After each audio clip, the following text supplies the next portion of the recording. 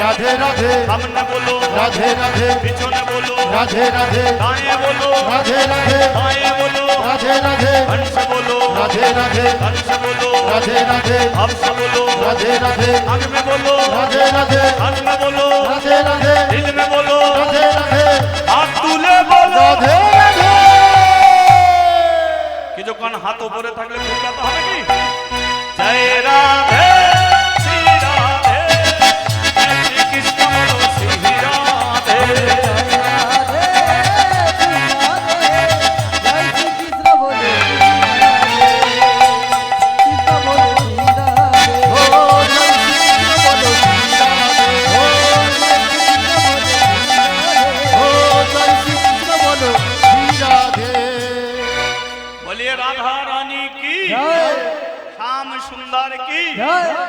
সবটাই আমার ভালো লাগছে এটা বলিয়ে রাধা মাধবে কি জয় একটু খেতে দেবে কি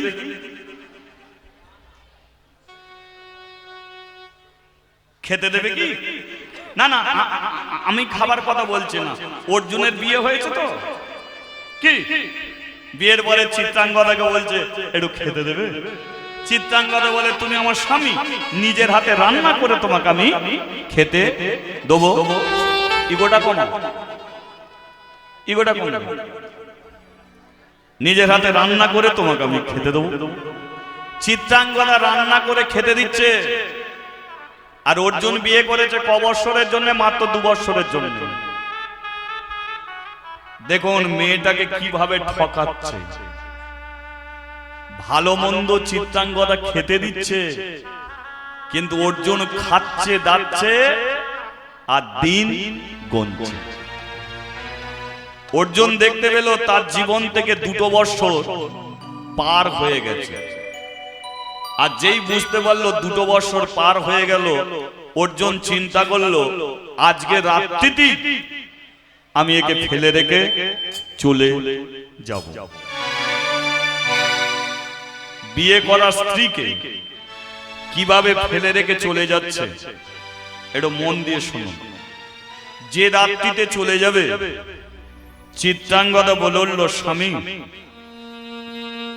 তোমার মন চিন্তিত কেন তুমি কিসের চিন্তা করছো অর্জুন বলল চিত্রাঙ্গদা তুমি কি আমাকে ভালোবাসো চিত্রাঙ্গদা বলল 2 বৎসর ঘর সংসার করার পরে তুমি ভালোবাসার কথা বলছো আমি তোমাকে ভালোবাসি না কেমন ভালোবাসো ভালোবাসা ওজন করে বলা যায় না ভালোবাসা অন্তরের বস্তু সেটা দেখানো যায় না ভালোবাসা না করা যায় ওজন, ভালোবাসা না মাপা যায়, ভালোবাসা না দেখানো যায়, ভালোবাসা না বোঝানো যায়। তাই শুধু ভালোবাসি এটুকুই বলতে পারি। অর্জুন বলল, এতই যদি ভালোবাসো তাহলে আমার জন্য তুমি কি করতে পারো? চিত্রাঙ্গদা বলল, তুমি আমার স্বামী, তোমার জন্য কি পারি সেটা বলো। তুমি যদি আমাকে যা বলবে সেটা করব, কিন্তু কোনোদিন তুমি আমাকে মরতে বলবে না, এ দিব্যি দেবে না মরতে। অর্জুন বলল, মরতে বলবো না কেন?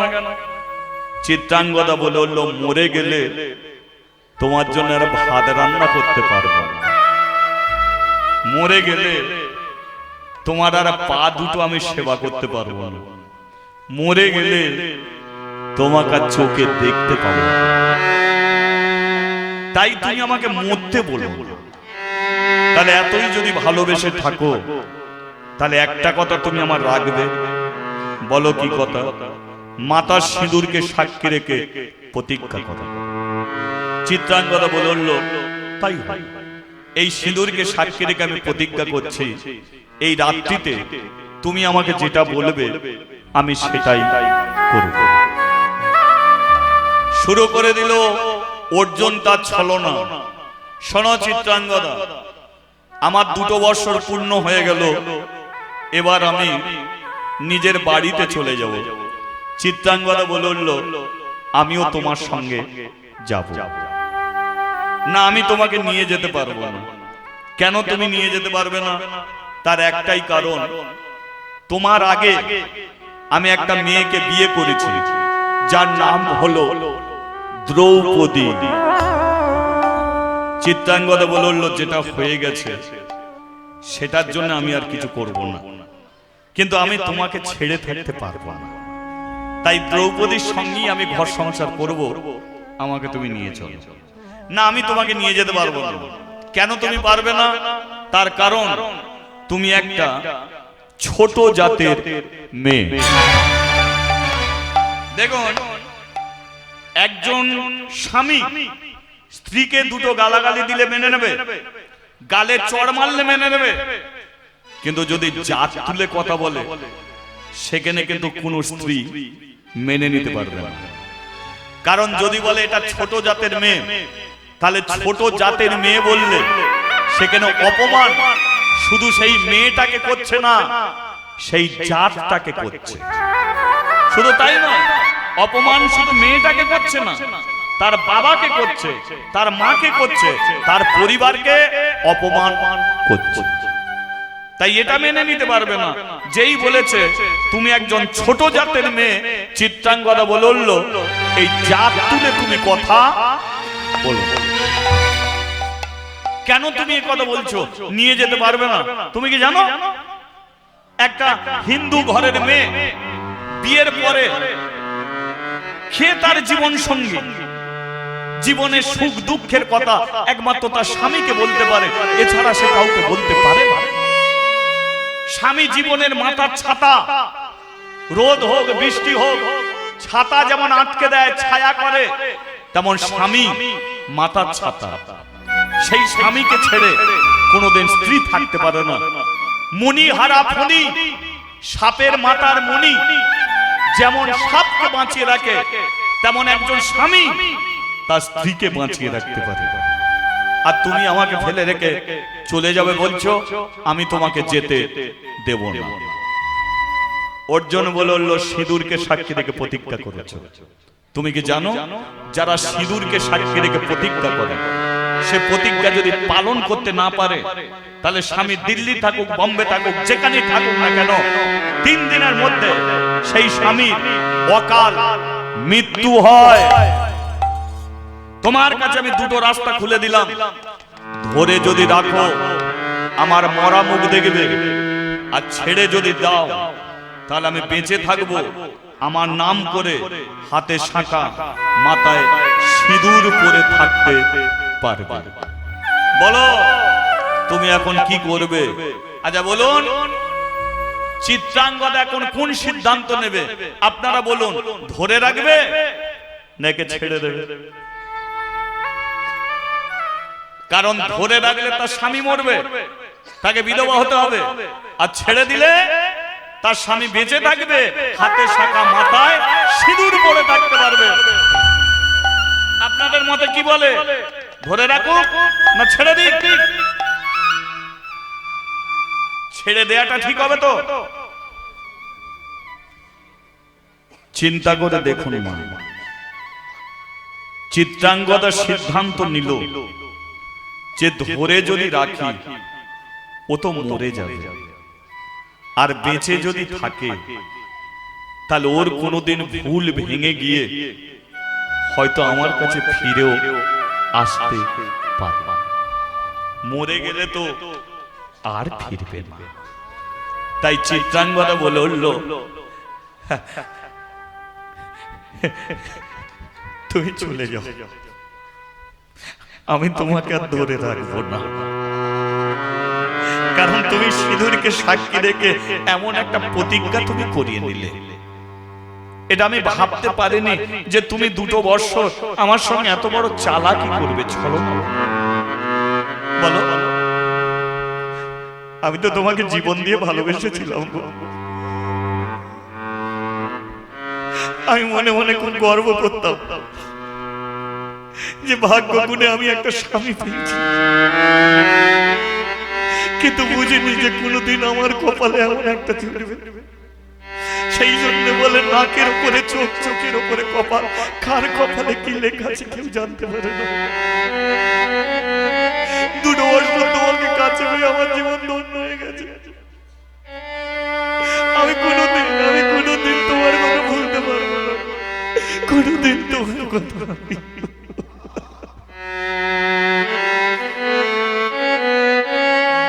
শোনো, আমি তো চলে যাব, আর একটা কথা দিতে হবে। বলো কি কথা? আমি চলে যাওয়ার পরে তুমি যদি পাড়ার বউদের কাছে গল্প করো যে আমার স্বামী আমার সঙ্গে চিটিংবাজি করে চলে গেছে, আমাকে ঠকিয়ে চলে গেছে, তাহলে আমার মান সম্মান কিন্তু ধুলোয় মিশে যাবে। তাই কি করতে হবে? দ্বিতীয়বার সিঁদুরকে সাক্ষী রেখে প্রতিজ্ঞা করো যে এই যে রাত্রি, এই রাত্রির কথা তোমাকে ভুলে যেতে হবে। লোক যদি জিজ্ঞাসা করে তোমাকে বলতে হবে যে তুমি আমাকে দূর দূর করে ঘর ছাড়া করে দিয়েছো, আমি যে তোমাকে ফেলে যাচ্ছি এটা কোনোদিনের জন্য বলতে তুমি পারবে না। চিত্রাঙ্গদা বলে বলল, আমি কথা দিচ্ছি এই রাত্রির কথা আমার বাবাকে বলবো না, আমার মাকে বলবো না। সবাই যদি জিজ্ঞাসা করে আমি বলবো আমি ওকে ঘর ছাড়া করেছি, বলবো না যে ও আমাকে কাঁদিয়ে চলে গেছে। এটা আমি কোনো দিনের জন্য বলবো না। আমি তোমাকে কথা বলুন তো, যে মেয়েটা জীবন দিয়ে ভালোবাসলো, আজকে সেই অর্জুন সেই রাত্রিতে মেয়েটাকে কাঁদিয়ে চলে গেল। চিত্রাঙ্গদা ভাবলো যে আমি বেঁচে থাকবো না, আমিও মরে যাব। তার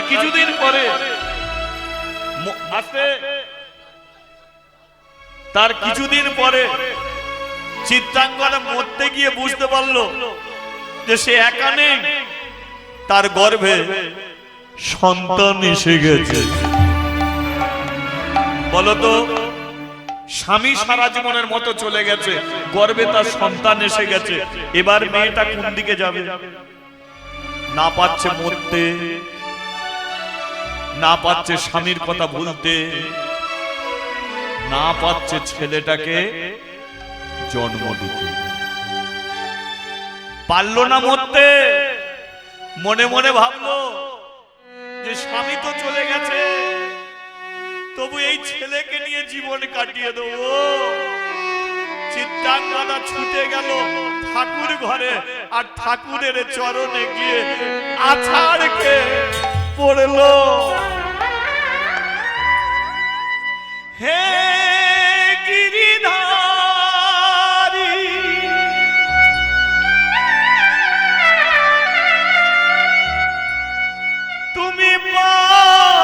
বিহারী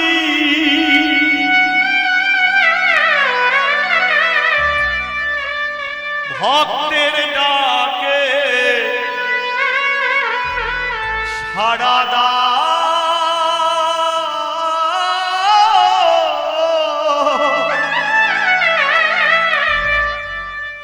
আর না প্রভু ঘুম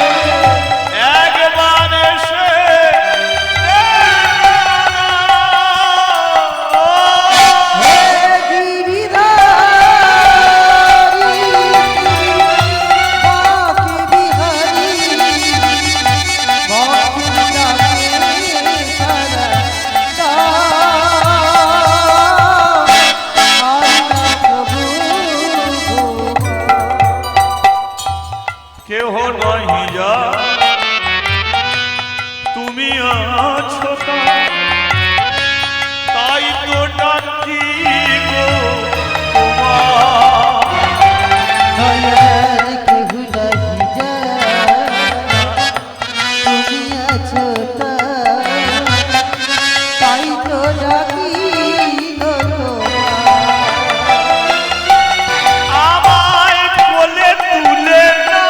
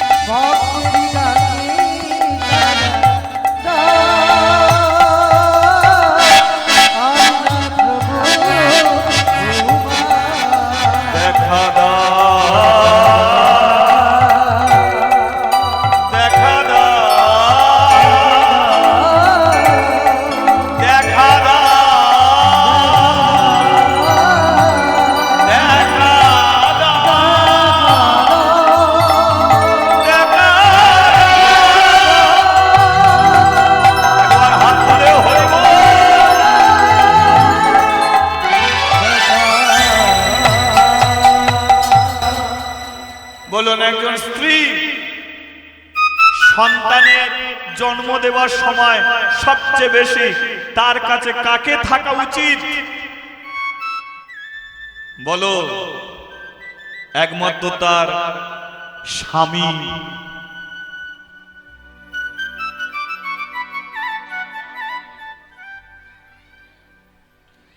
একমাত্র তার স্বামীকে সে চায়। কারণটা কি বলুন তো? কারণ তার মা বাবা সবই করতে পারবে, কিন্তু তার জীবনে কষ্ট কি, যন্ত্রণা কি, ব্যথা তার স্বামীকেই বলতে পারবে।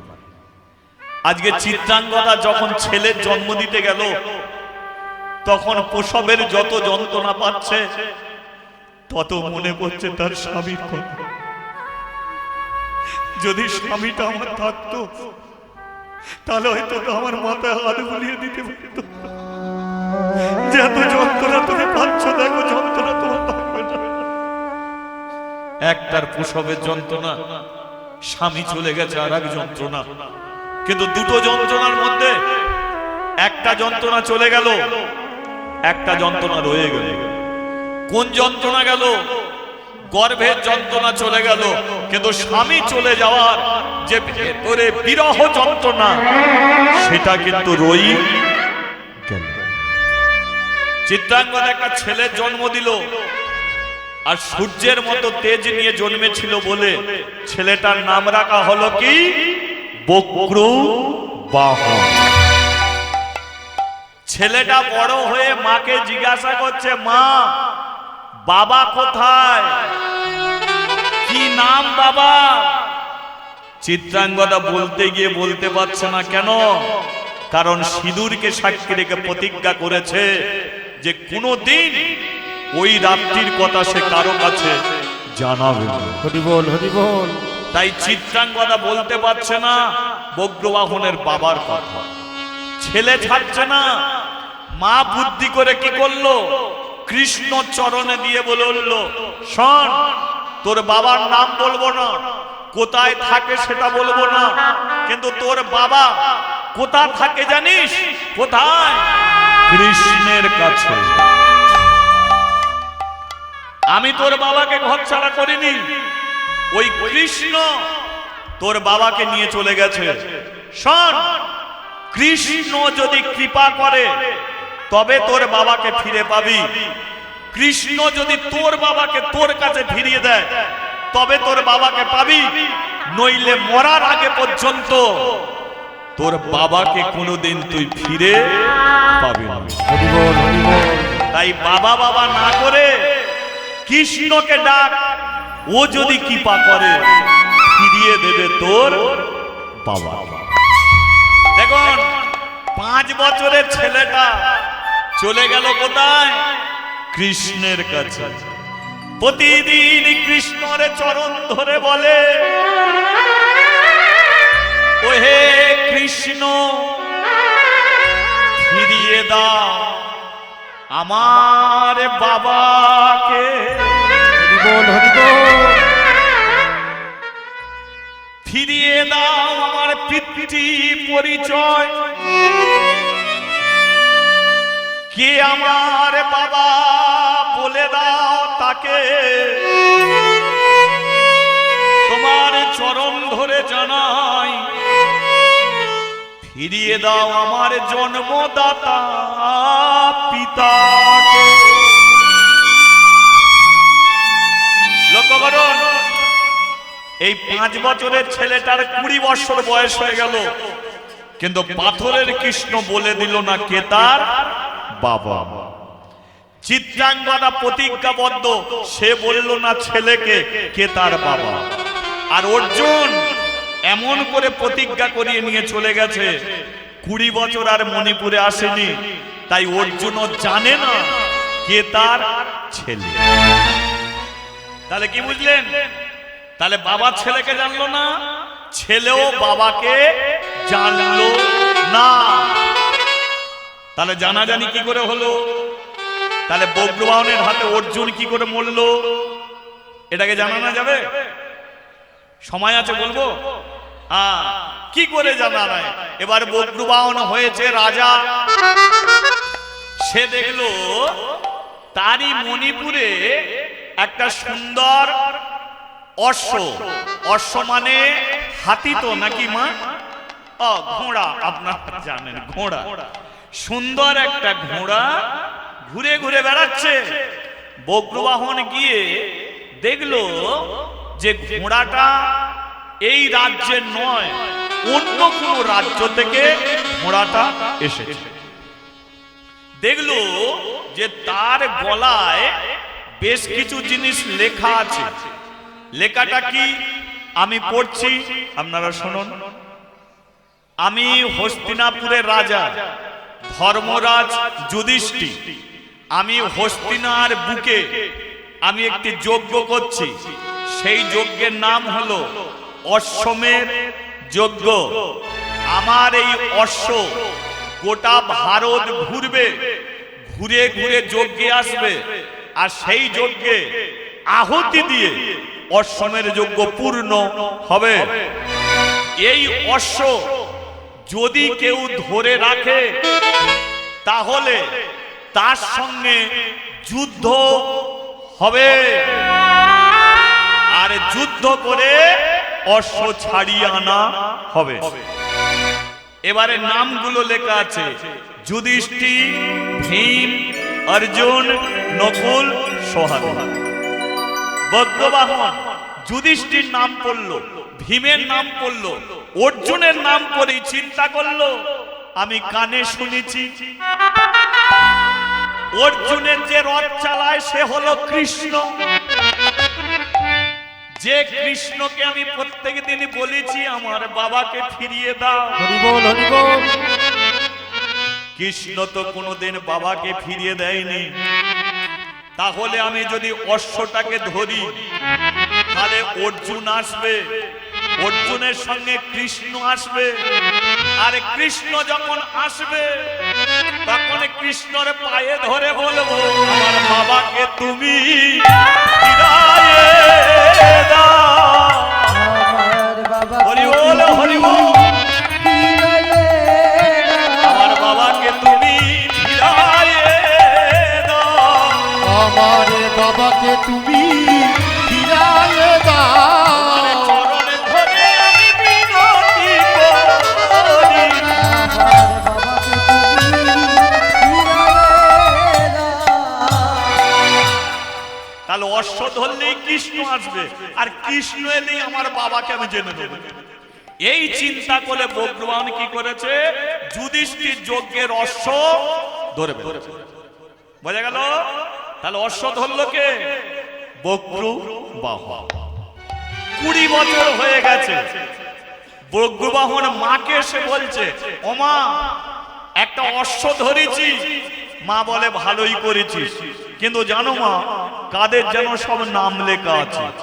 বলে বল কি নাম? যুধিষ্ঠির। মা বলে ও হস্তিনাপুরের রাজা। তারপরে মা লেখা আছে ভীম, বলে ওরই ভাই হবে।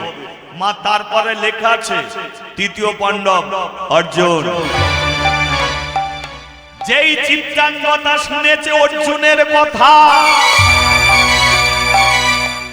চিত্রাঙ্গদা মনে মনে বলে ওই তো বজ্রবাহনের পিতা। কিন্তু ছেলে তো জানে না ওর বাবার কথা, কিন্তু আমি তো জানি অর্জুনই ওর বাবা। এই যে বজ্রবাহন ভাবলো যে অর্জুন যদি একবার মণিপুরে আসে তাহলে ও এমন যুদ্ধ করবে তাতে মণিপুর তো ধ্বংস করবে, এমন কি বজ্রবাহনকে মারবে। যেহেতু অশ্ব ধরেছে ওকেও মারবে। তদ্রূপ অর্জুনকে যদি আর মণিপুরে আসতে না দিই তাহলে কিন্তু ছেলে আমার মরবে। তাই চিত্রাঙ্গদা গিয়ে বলছে বজ্র অশ্ব তুই ছেড়ে দে, অর্জুনকে চিনিস না, অর্জুনকে জানিস না, অর্জুনের কারণে তুই বাঁচবি না, আমি বাঁচবো না, অশ্ব তুই ছেড়ে দে। যেই বলেছে অশ্ব ছেড়ে দে, বজ্রবাহন বলে মা তুমি একটা সত্যি কথা বলো। কি কথা? যুধিষ্ঠির কথা বললাম তোমার কিছু হলো না, ভীমের কথা বললাম কিছু হলো না, কিন্তু অর্জুনের কথা বলতে তুমি ছুটে এলে কেন? বলো অর্জুন তোমার কে? ধরেছে বজ্রবাহন। বলো অর্জুন তোমার কে? চিত্রাঙ্গদা বলে আমি তোর বাবার কথা বলবো না। বজ্রবাহন বলে আমি তো বাবার কথা জানতে চাইছি না, জানতে চাইছি অর্জুনের কথা।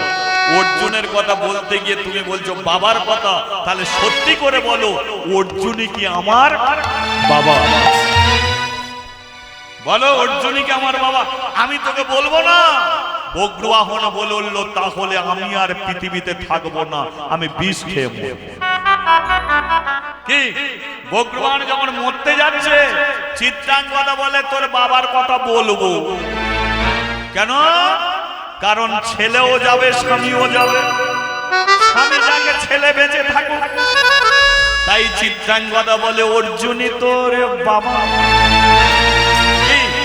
তাহলে মিলনটা হলো, কিন্তু ওই ছেলেরই হাতে অর্জুন মরেছিল।